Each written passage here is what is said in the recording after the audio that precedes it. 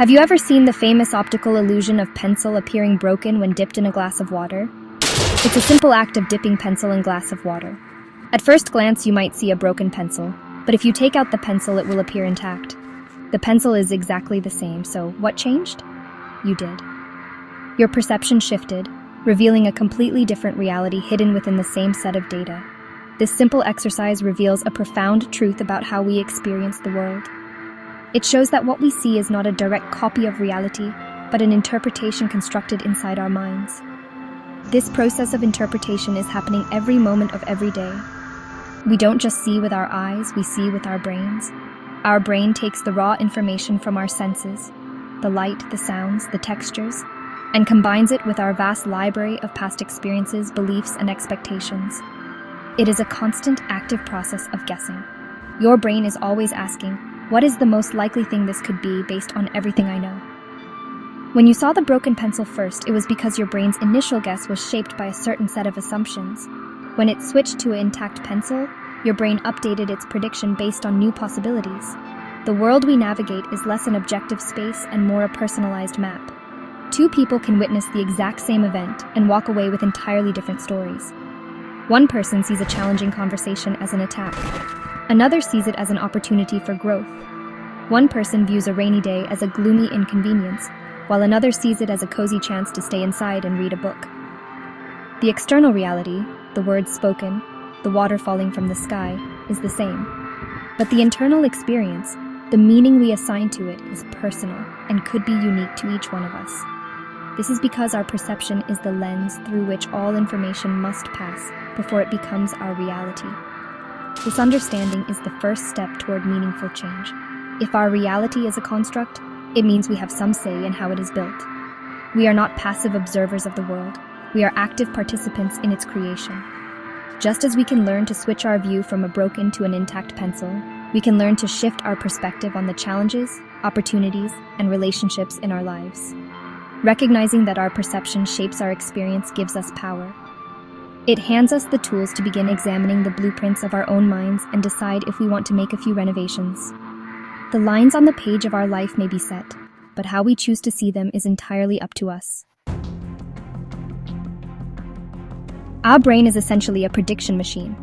It works tirelessly to anticipate what will happen next, making our journey through life smoother and more efficient. This process involves two streams of information. First, there is bottom-up processing. This is the raw data flowing in from our senses. It is the bright light of a screen, the sweet taste of a cookie, or the sharp sound of a car horn. This is the world speaking to us directly. It is pure, unfiltered information that provides the basic building blocks of our experience.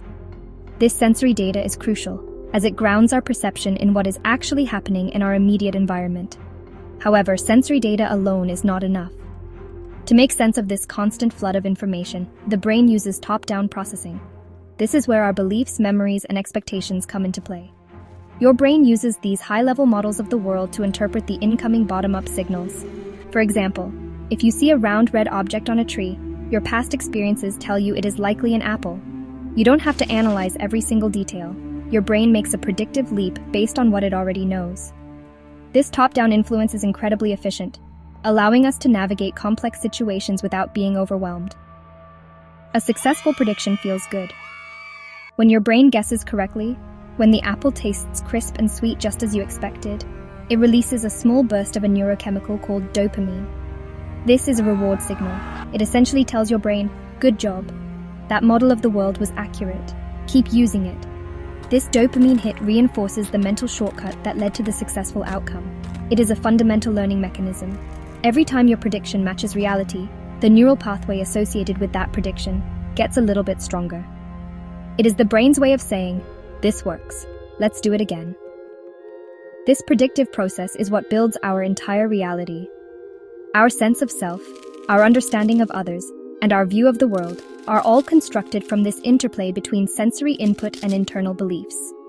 Reality that we perceive is based on successive correct matches that has occurred in the past. It is a seamless blend of what is actually out there and what your brain expects to be out there. Most of the time, this system works beautifully. It helps us drive a car, recognize a friend's face in a crowd, and enjoy a meal. But what happens when the predictions our brain makes are based on flawed or outdated beliefs?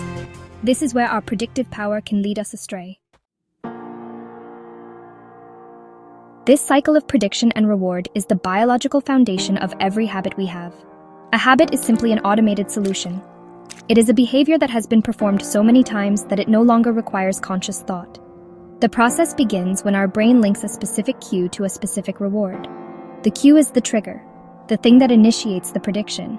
The reward is the dopamine hit that says the prediction was successful. Over time, this connection becomes so strong that the behavior becomes automatic. The habit loop, cue, craving, response, reward, is born from this predictive mechanism.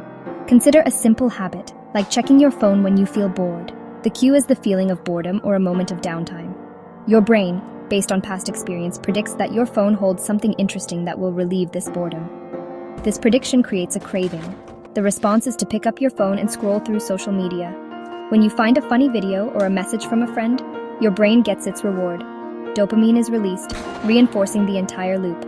Your brain learns. When bored, check phone. It works. The action becomes an ingrained automatic response to the cue.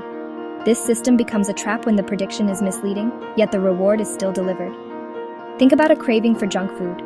The cue might be stress. Your brain predicts that a sugary donut will make you feel better. This prediction is based on the brief pleasure and energy spike that sugar provides. You eat the donut, the response, and you get a quick dopamine hit, the reward. The prediction in the short term was correct. The donut did provide a momentary distraction and pleasure. The habit loop is reinforced. Your brain learns, when stressed, eat a donut. The problem is that the brain's prediction is incomplete. It focuses only on the immediate reward and ignores the long-term consequences, such as weight gain, energy crashes, or feelings of guilt. The same is true for habits like smoking a cigarette or procrastinating on an important task. The brain predicts a short-term relief from stress or discomfort, and because that relief is delivered, the habit strengthens. It doesn't matter if the long-term outcome is harmful. The habit loop is powered by the accuracy of the immediate prediction, creating a powerful illusion that the behavior is beneficial when, in reality, it is destructive. Breaking a bad habit is not just about willpower. It is about changing the underlying prediction that fuels it. If you want to change your behavior, you must first change your perception. You have to update the model your brain is using to anticipate the outcome. For example, if you want to quit smoking, you cannot just fight the craving. You have to actively change your perception of what a cigarette means. Instead of seeing it as a source of relief, you must learn to see it for what it is, a source of bad breath, stained teeth, and serious health risks. You have to consciously associate the act of smoking with its negative consequences. This requires exposing your brain to new information. You must challenge the old prediction by creating new experiences. To change your perception of junk food, start paying attention to how you feel an hour after eating it. Notice the sluggishness and the energy crash. At the same time, notice how you feel after eating a healthy meal, the sustained energy and lightness. By doing this, you are providing your brain with new bottom-up data that contradicts the old top-down belief. You are teaching it to make a new, more accurate prediction. Eating junk food will make me feel bad later, while eating healthy food will make me feel good. This principle extends far beyond food or smoking. It applies directly to our relationships and emotional well-being. Our perceptions of other people can create cycles of pain and conflict. If you believe your colleague is intentionally trying to undermine you, you will interpret their actions through that lens. Every ambiguous email or brief comment becomes proof of their malice. This prediction triggers a defensive or aggressive response, which in turn causes your colleague to react negatively, confirming your original bias. This is a habit loop of perception.